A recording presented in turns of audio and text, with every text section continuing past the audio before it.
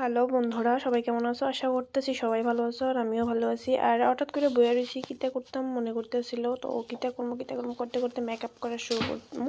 তো মেকআপটা করতেছি, দেখো তোমরা। তো অনেকদিন ধরে মেকআপটাও কিছু করি না, সত্যি কথা যেটা, নিজের ফেসে মেকআপ করতে একদমই ভালো লাগে না। যদি কেউ মানে আসে, কাউকে মেকআপ করা মানে করিয়ে দেবো, ফ্রিতে হোক, সে মানে টাকা দিয়ে হোক বা ফ্রিতে হোক, কিন্তু আমার নিজের ফেসে আমার নিজের ভালো লাগে না।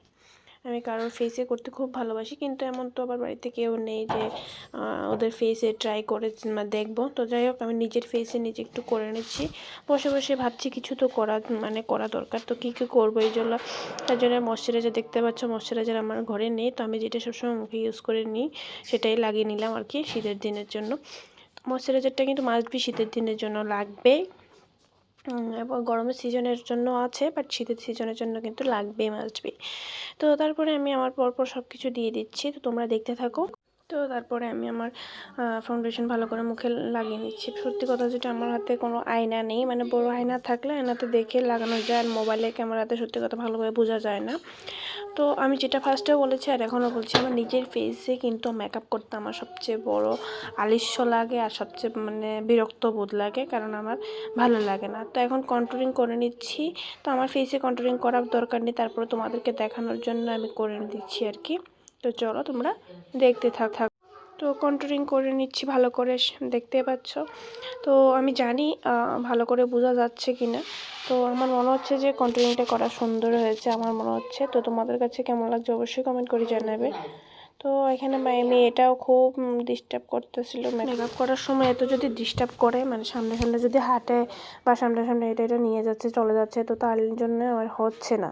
তো তারপরে কি করব, যা পারছি তা করছি আর কি। তো অনেক কিছুই যা মানে মোটামুটি একটা ভাব করে মেকআপ করেছি, কিন্তু আমি সব কিছু লাগাইনি। তো আমার হাতে যেহেতু আয়না নেই, তো তার জন্য খুব প্রবলেম হচ্ছে আইশ্যাডো করতে, কারণ যদি ফিনিশিংটা ভালো না দেওয়া যায় তাহলে দেখতে ভালো লাগবে না, এটা কিন্তু সবাই জানে। তো দেখো আমি কোনো একরকম করছি, আর যে কালারটা এখন দিচ্ছি, এই কালারটা আমার খুব ফেভারিট কালার, আর এই কালারটার সাথে সব রকমের মেকআপ তোমার একদম ভালোভাবে যায় আমার মতে আর কি। সবারই জানাইও সবার কি মতামত।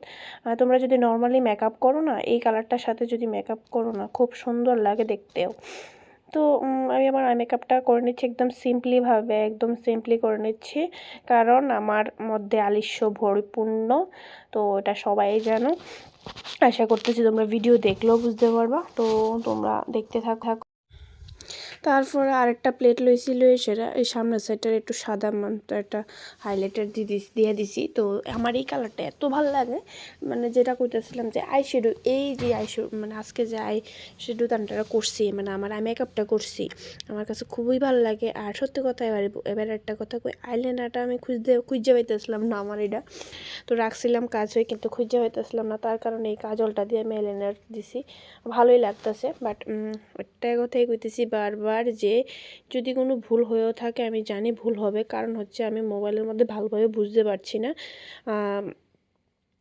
আর আমার বললাম এই বড় একটা আয়না নেই, তো বড় আয়না না থাকার কারণে যদি আমি অন্য সময় তো গ্লাসের সামনে বই, কিন্তু আজকে আমি গ্লাসের সামনে না বসাতে আমি কিছুই দেখছি না ভালো মতো করে।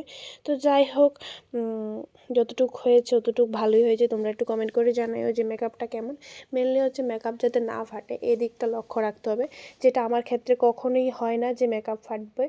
কিন্তু যদি আমার নিজের ফেসের কথা বলো, তাহলে আমি বলতে পারবো যে হ্যাঁ, আমার নিজের ফেসের মেকআপ আমি ঠিকমতো করতে পারি না, ঠিক আছে। আর ভ্রমরগুলো আমার প্লাক করা নেই, তার জন্য আমি আইব্রোগুলোর কোনো সেটিং করছি না। তো জাস্ট আমার যে মাস্কারাটা আছে ওইটা একটু শুকিয়ে গেছে, ওইটা দিয়ে ভালো মতো করে নিচ্ছিলাম আর কি।